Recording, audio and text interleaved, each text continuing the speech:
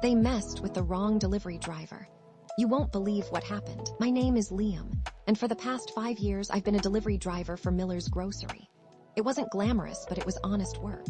I started pushing carts, worked my way through stocking, and finally landed the delivery route. I liked the freedom of being on the road, seeing different parts of town, and honestly, most people were pretty decent. Miller's was a small, family-owned store. Brenda, my supervisor, was all right. She'd been there forever and knew the ropes. She appreciated my work, I knew that, but the bottom line always came first with her. Mr. Thompson, the manager, was even more focused on the numbers. Customer satisfaction scores, profit margins. That's all that seemed to matter to him. The deliveries to the Crestwood estates were always different. Crestwood was the gated community in town. Big houses, manicured lawns, the whole 9 yards. Worlds away from my little apartment on Elm Street. The people there, well, most were fine. A few were even friendly. But then there was Mr. Henderson. My first delivery to his place was a bit of an eye-opener. His house was huge, like something out of a movie. He met me at the door, wearing a crisp white polo shirt and those perfectly pressed khaki pants rich guys always seem to wear. He didn't offer to help with the groceries, just stood there, arms crossed, watching me like I was going to steal something. He had ordered a pretty standard load, some produce, meat, dairy. But as I unloaded the bags onto his granite countertop, he started picking things apart. "Are these organic?" he asked, holding up a head of lettuce. "The label says they are, sir," I replied, pointing to the small sticker. He squinted at it. Doesn't look like the best quality organic lettuce I've seen. And these tomatoes, are they locally sourced?" "I only want locally sourced tomatoes." I explained that they were from a farm about an hour away, which was the closest we got. He just huffed and made a note on a pad he was holding. I tried to shrug it off. People are picky, I get it. I finished the delivery, he tipped me a measly $5, and I went on with my day. But the next week his name popped up on my delivery schedule again. I sighed inwardly. This time he was even more demanding. He'd requested specific brands of everything, down to the brand of salt. And he wanted his delivery between 2:00 and 2:15 p.m., not a minute earlier or later. I managed to hit the window, but he still found something to complain about. Apparently, one of the apples had a tiny bruise on it. "This is unacceptable," he said, holding it up like I'd personally grown the apple and deliberately damaged it. I apologized and offered to take it back. He waved me off dismissively. "Just make sure it doesn't happen again." Brenda started singling me out. "Liam, Mr. Henderson called again. He wants to make sure you're handling his deliveries personally from now on." She sighed, running a hand through her hair. "Look, I know it's a pain, but he spends a lot of money here. Just try to keep him happy, okay?" I tried. I really did. I double-checked every item, made sure the delivery was perfectly on time, even started wearing my good Miller's shirt, the one without the small stain from the time a jar of pickles exploded in the van. Sarah, my girlfriend, noticed the change in me. I was coming home stressed, snapping at her over little things. "What's going on, Liam?" she asked one night as I was pacing around our small living room. I told her about Mr. Henderson, the constant demands, the nitpicking, the pressure from Brenda. She listened patiently, then took my hand. "You can't let him walk all over you," she said. "You need to stand up for yourself." "Easier said than done," I replied. "I can't afford to lose my job. You know how tight things are." "I know," she said softly. "But there has to be a line. You can't just keep bending over backwards for this guy."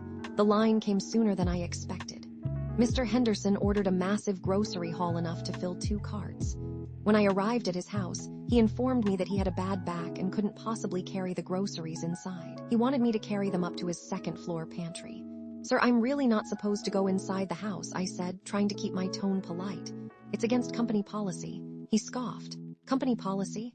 I spend thousands of dollars at your store every month. I think they can make an exception for me." Besides, he added, leaning closer, "it's not like you have anything better to do." That comment, something in me snapped. It was the condescension, the assumption that I was somehow less than him. "I'm sorry, sir," I said, my voice tighter than I intended. "But I really can't do that. It's not my job." His face turned red. "Are you refusing to do what I'm asking?" "I'm just saying it's not something I'm authorized to do." He glared at me. Fine.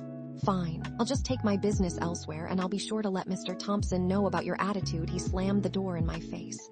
I stood there for a moment, stunned. Then I unloaded the groceries back into the van and drove back to the store. The next day, Brenda called me into her office. Her face was grim. "Liam," she said, "Mr. Henderson filed a complaint. He said you were rude, unprofessional, and refused to complete his delivery." Mr. Thompson wants to suspend you pending an investigation. My blood ran cold. That's not true, I protested. He was the one being unreasonable. He wanted me to carry groceries up to his pantry. Brenda looked sympathetic, but her hands were tied. I know, Liam, but you know how Mr. Thompson is. He doesn't want to lose a customer like Mr. Henderson. I'm really sorry, but I have to follow protocol. I was suspended for a week without pay, a week of wondering how I was going to pay rent, a week of Sarah having to work extra shifts. That's when I decided I wasn't going to take it anymore. I wasn't going to let Mr. Henderson get away with this. I started small. I remembered him always complaining about wanting specific delivery times. So I memorized his usual order and made sure someone else got those deliveries. Marco got the first one. Henderson, Marco said after his delivery. Yeah, real piece of work. Said his artisanal bread was slightly stale. Slightly stale, it was baked this morning. Emboldened, I started keeping a log of everything related to Henderson, jotting down every specific demand, every complaint, every rude comment. I talked to Maria, another driver. She'd had a run-in with Henderson a few months back. He'd accused her of damaging his mailbox while backing out of his driveway. She remembered the exact date and time. I wrote it all down. Sarah suggested a dash cam. Just to cover your bases, she said. I found a cheap one online and installed it in the delivery van. Then, I remembered something Henderson had said during one of his rants about unreliable service. He'd mentioned that he'd had problems with other delivery services in the past. That gave me an idea. I spent an evening digging through online records, court documents, anything I could find about Mr. Henderson, and I struck gold. Turns out he'd been sued a few years back by a former housekeeper for harassment. The case was settled out of court, but the details were still public. He had a pattern of behavior. With all the information gathered, it was time to act. I called Brenda and requested a meeting with her, Mr. Thompson, and Mr. Henderson. I told her I had evidence to present regarding his complaint. She was hesitant, but eventually agreed. The meeting was as tense as I expected. Henderson was there, looking smug and self-assured. Mr. Thompson was trying to be diplomatic. Brenda looked nervous. Mr. Henderson, I want to apologize again for the inconvenience, Mr. Thompson said. We value your business and want to make things right. Apology accepted, Henderson said with a dismissive wave of his hand. But I expect this driver to be properly reprimanded. His behavior was completely unacceptable. Actually, I said, stepping forward, I have some evidence that might change your perspective. I pulled out my logbook and started reading. Every specific demand, every complaint, every rude comment. Henderson's smugness started to fade as I went on. Then, I played the dash cam footage from the day he demanded I carry his groceries to the second floor. The audio clearly captured his condescending tone and my polite refusal. Next, I presented the witness statements from Marco and Maria, detailing their negative experiences with Henderson. Finally, I revealed the information about the harassment lawsuit. Henderson went pale. He sputtered, trying to deny everything, but the evidence was overwhelming. Mr. Thompson looked shocked. Brenda looked like she wanted to disappear.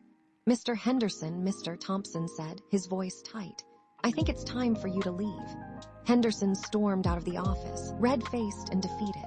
Mr. Thompson turned to me. Liam, I owe you an apology. I should have listened to you. I'm reinstating you immediately with back pay. And I'll make sure this never happens again. Brenda also apologized, saying she was just trying to protect her job. I understood, but I couldn't completely forgive her for not standing up for me in the first place. That should have been the end of it. I got my job back, Henderson was exposed, and I felt a sense of satisfaction. But I wasn't done yet.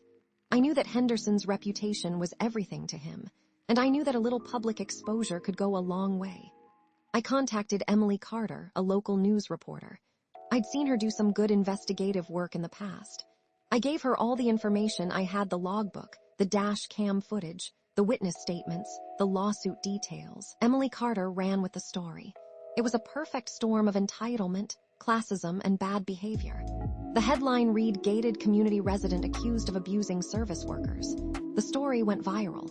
People were outraged. Henderson was publicly shamed. Other service workers came forward with their own stories of being mistreated by him. The HOA president, Mrs. Davies, issued a statement condemning Henderson's behavior. She hinted at possible sanctions against him. The final blow came when Henderson's wife left him, taking their kids with her. Henderson's life imploded. He lost his reputation, his social standing, and his family. He eventually put his house on the market and moved out of Crestwood Estates. Life went back to normal, mostly. Brenda was a little more cautious, a little more willing to listen to the drivers. Mr. Thompson was still focused on the bottom line, but he seemed to have learned a valuable lesson about treating employees with respect. I kept driving my delivery route, but with a newfound sense of confidence. I wasn't afraid to stand up for myself anymore. One day, I was delivering groceries to a new customer on my route. A young woman answered the door, smiling warmly. She helped me unload the groceries and even offered me a cold drink. "Thank you so much for your help," she said. "You're a lifesaver." As I drove away, I realized that this was why I did what I did. Not for the money, not for the recognition, but for the satisfaction of providing good service and making someone's day a little bit easier. And for standing up to the Mr. Hendersons of the world. That day, the sky felt a little bluer, the road a little smoother. Justice, sometimes, really does taste sweet.